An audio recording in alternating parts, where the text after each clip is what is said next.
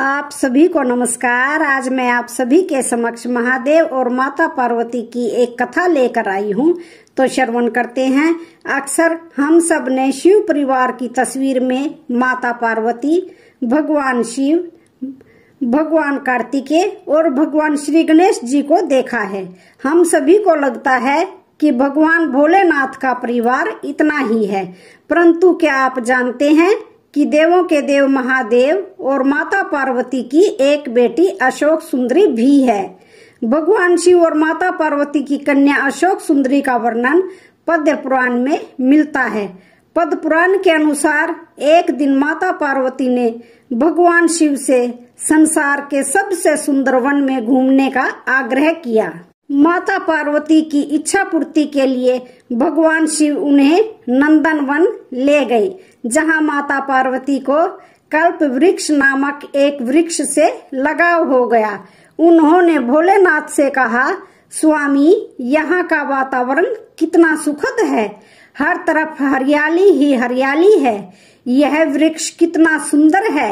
महादेव ने बताया, देवी, यह कल्प वृक्ष है, सभी इच्छाओं पूरी करने वाला वृक्ष। माता पार्वती ने पूछा, क्या सच में यह वृक्ष सभी इच्छाओं को पूरी कर देता है? भगवान शिव ने उत्तर दिया, हाँ देवी पार्वती, यह कल्प वृक्ष सभी इच्छाओं को पूरी करता है। पार्वती जी बोली, स्वामी, हम इस वृक्ष को कैलाश ले चले, मुझे यह वृक्ष बहुत प्रिय लग रहा है, अलग सा लगाव हो गया है इस वृक्ष के साथ। भोलेनाथ बोले, जैसी तुम्हारी इच्छा देवी पार्वती। माता पार्वती उस वृक्ष को अपने साथ कैलाश ले आई और एक वन में स्थापित कर दिया, बगीचे में स्थापित कर दिया। एक दिन माता पार्वती अकेले ही अपने बगीचे में भ्रमण कर रही थी। भगवान भोलेनाथ अपने ध्यान में लीन थे। माता पार्वती को अकेलापन महसूस होने लगा। वह सोचने लगी, अकेले बिल्कुल भी मन नहीं लगता। कार्तिकेय और गणेश भी अपने अपने कार्यों में व्यस्त रहते हैं। भगवान भोलेनाथ तपस्या में लीन हैं। अपना अकेलापन दूर करने के लिए मैं क्या करूं? काश मेरी एक पुत्री होती जिससे मैं ढेर सारी बातें करती, पर मेरी इच्छा कैसे पूरी होगी? तभी माता पार्वती को भगवान भोलेनाथ की कही हुई बात याद आई। महादेव ने कहा था, यह कल्प वृक्ष सभी इच्छाओं को पूरी करने वाला है। यदि मैं इस कल्प वृक्ष से अपने लिए एक पुत्री मांगू तो क्या यह मेरी इच्छा को पूरा करेगा? माता पार्वती ने कल्प वृक्ष के समीप बैठकर एक पुत्री की इच्छा जाहिर की, क्योंकि कल्प वृक्ष मनोकामना पूर्ति करने वाला वृक्ष था। इसलिए उसने तुरंत ही माता पार्वती की इच्छा पूरी कर दी, जिसके फलस्वरूप उन्हें एक सुंदर कन्या मिली। वह दिव्य कन्या देखने में बहुत ही सुंदर थी। माता पार्वती ने उस सुंदर कन्या को अशोक सुंदरी कहकर पुकारा। वह खुश होकर कहने लगी, मेरी पुत्री, मेरी अशोक सुंदरी, तुम्हें पाकर मैं बहुत प्रसन्न हूँ। वह कल्प वृक्ष के सामने कहने लगी, हे कल्प वृक्ष, तुम्हारा बहुत बहुत धन्यवाद। तुमने मुझे यह दिव्य कन्या वरदान में देकर मेरे जीवन में पुत्री की कमी को पूरा कर दिया। अब मैं अशोक सुंदरी के साथ खेलूंगी, खूब बातें करूंगी। महादेव भी अशोक सुंदरी को देखेंगे तो वह भी बहुत प्रसन्न होंगे। माता पार्वती अपनी पुत्री अशोक सुंदरी को पाकर बहुत ही प्रसन्न थी। तभी महादेव भी तपस्या से उठ चुके थे। उन्होंने माता पार्वती से उस कन्या के विषय में पूछा, देवी पार्वती, यह कन्या कौन है? माता पार्वती ने बताया, महादेव, यह हमारी पुत्री अशोक सुंदरी है। यह मैंने कल्प वृक्ष से वरदान स्वरूप प्राप्त की है। आप भी तपस्या में लीन रहते हैं। कार्तिकेय और गणेश भी अपने कार्यों में व्यस्त रहते हैं।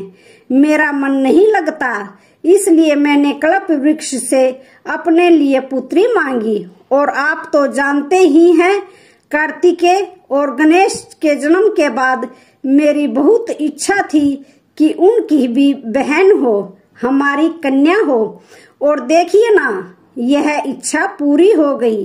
अशोक सुंदरी के रूप में हमें इतनी प्यारी दिव्य कन्या प्राप्त हुई है।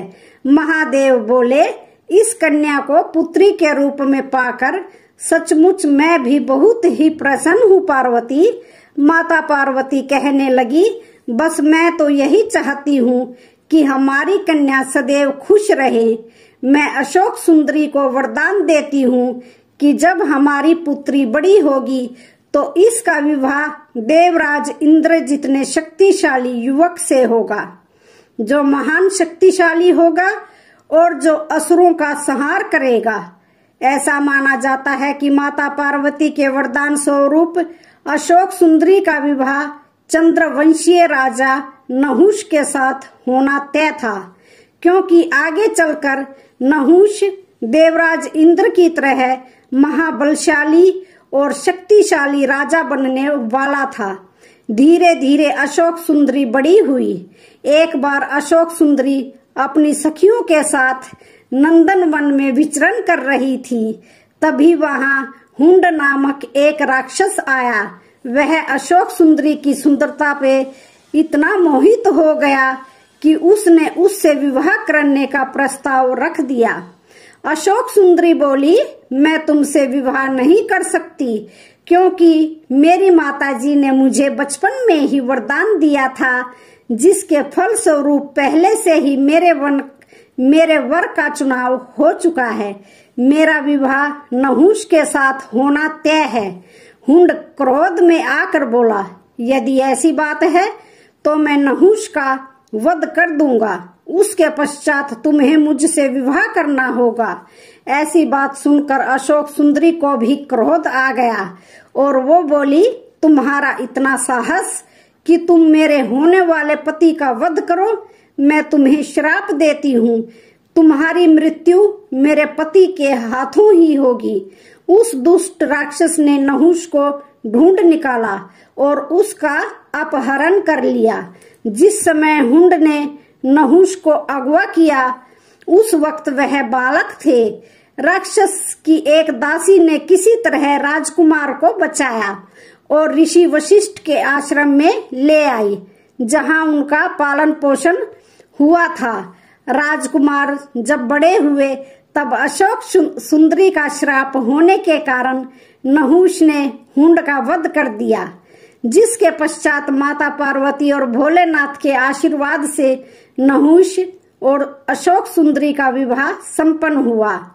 एक समय की बात है, मोहनपुर नामक गांव में सदानंद नाम का एक गरीब ब्राह्मण रहता था।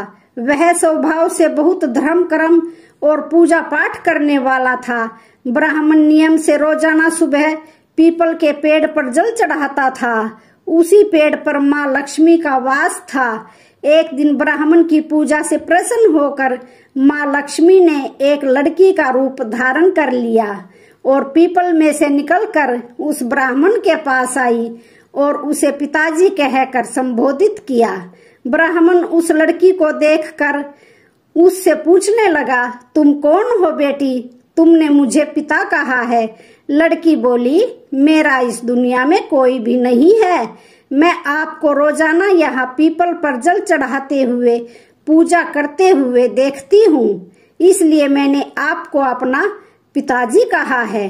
पिताजी क्या, मैं भी आपके साथ आपके घर चलूं? ब्राह्मण थोड़ा संकोच करता हुआ सोचने लगा, मेरे साथ? पर मेरी तो पहले से ही 6 लड़कियां हैं। अगर मैं इसे अपने घर ले गया तो खिलाऊंगा क्या? हम तो रूखा सूखा खा लेते हैं, पर यह बेचारी रूखा सूखा कैसे खा पाएगी? ब्राह्मण कुछ नहीं बोला और वापस घर लौट आया। अब ब्राह्मण जब भी पीपल पर जल चढ़ाने जाता तो ऐसा हर रोज होने लगा। इसी चिंता में ब्राह्मण बहुत कमजोर हो गया। उसका मन अशांत रहने लगा। एक दिन ब्राह्मण की पत्नी उससे बोली, सुनो जी, क्या बात है? आप कुछ दिनों से अशांत और दुखी दिखाई दे रहे हो। मैं आपकी इतनी सेवा करती हूँ, फिर भी आप इतने कमजोर क्यों होते जा रहे हो? इसका क्या कारण है? आपको कौन सी चिंता सता रही है? मुझे बताइए, शायद मैं आपकी कोई सहायता कर सकूं। ब्राह्मण ने अपनी पत्नी से कहा, यशोदा, कुछ दिनों से मैं जब भी पीपल पर जल चढ़ाने जाता हूँ, उस पीपल में से एक लड़की निकल कर आती है और मुझे बड़े प्रेम से पिताजी कहकर बुलाती है और रोजाना मेरे साथ आने की बात कहती है। अब तुम ही बताओ, हम उस कन्या को क्या खिलाएंगे और उसकी क्या सेवा करेंगे? उसकी पत्नी बोली, अरे तो इसमें चिंता की क्या बात है? जहाँ हमारी 6 लड़कियां हैं, वहाँ एक और सही। और उसने आपको पिता कहा है, अब वह हमारे यहाँ आएगी तो अपना भाग्य साथ लेकर आएगी, इसलिए उसे कल अपने साथ ले आना। अगले दिन जब कन्या रूप में माँ लक्ष्मी ने ब्राह्मण को घर साथ चलने के लिए कहा, तो वे लड़की को अपने साथ घर ले आया। जिस दिन से ब्राह्मण उस लड़की को घर पर लाया, उसी दिन से उसके दिन बदलने लगे। एक दिन जब वह शाम को अपने घर वापस लौटा, तो उसने कहा, यशोदा, तुम्हें पता है, भिक्षा के लिए जहाँ रोज मुझे 1 या 2 कटोरी आटा मिलता था, आज मुझे बोरी भरकर आटा चावल मिले हैं। यशोदा, मुझे तो लगता है कमला हमारे लिए देवी लक्ष्मी का रूप बनकर आई है।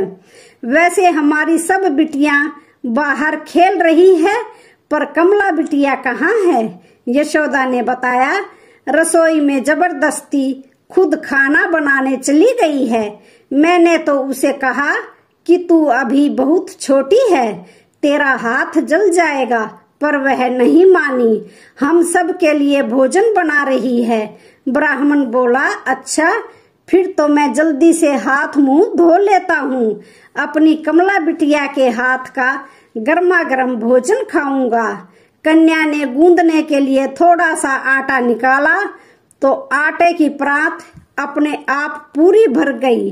वो कन्या जिस किसी चीज को हाथ लगाती, वह दुगनी हो जाती। कन्या रूपी देवी लक्ष्मी ने कई प्रकार के भोजन बना दिए। सभी ने उस दिन पेट भरकर भोजन किया। ब्राह्मण बोला, कमला, तुमने तो बहुत ही स्वादिष्ट भोजन बनाया है। कन्या मुस्कुराकर बोली, पिताजी, फिर तो आप थोड़ी सी दाल और ले लो, यही थोड़ी सी बची है। सब भोजन कर चुके थे। थोड़ी देर बाद ब्राह्मणी का भाई ज्ञान उससे मिलने आ गया। वह यशोदा को ढूंढता हुआ बोला, यशोदा बहन कहाँ हो? यशोदा उसकी आवाज सुनकर आई और बोली, अरे भैया, आप अचानक? भैया बोला, हाँ, वो गांव में थोड़ा सा जरूरी काम था, सोचा तुमसे मिलता चलूं। यशोदा ने उसे बैठने का इशारा करते हुए कहा, तुम बैठो भैया, मैं तुम्हारे लिए पानी लाती हूँ।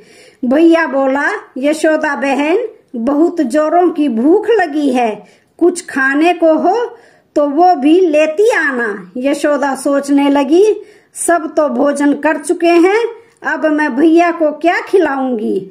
यशोदा को परेशान देखकर कमला ने पूछा, माँ, क्या हुआ? आप क्यों परेशान हो?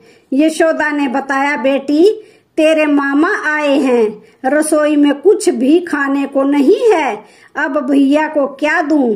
उन्होंने खुद से भोजन की इच्छा जताई है। कमला बोली, माँ, आप चिंता मत करो, मैं कुछ करती हूँ। कमला तो साक्षात देवी लक्ष्मी थी।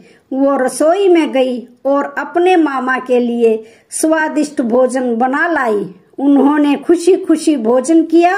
शाम हुई तो कमला ब्राह्मणी से बोली, माँ, आप दिया जलाकर कोठरी में रख दो, आज मैं यहीं सोऊंगी। यशोदा बोली, इस अंधेरी कोठरी में यहाँ अकेले कैसे सो पाएगी? तू डर गई तो? माँ, आप चिंता मत करो, मैं नहीं डरूंगी। यशोदा को समझाकर कमला बनी लक्ष्मी माँ कोठरी में ही सो गई। आधी रात को कन्या के रूप में माँ लक्ष्मी उठी और कोठरी में चारों ओर देखने लगी और देखते ही देखते कोठरी में धन दौलत और अनाज के भंडार भर गए। माँ लक्ष्मी अपने देवी रूप में आ गई और वहां से जाने लगी। तभी ब्राह्मण ने उन्हें आवाज लगाई, देवी लक्ष्मी, आप मेरे घर में एक कन्या के रूप में बेटी बनकर आई और मैं आपको पहचान भी नहीं सका।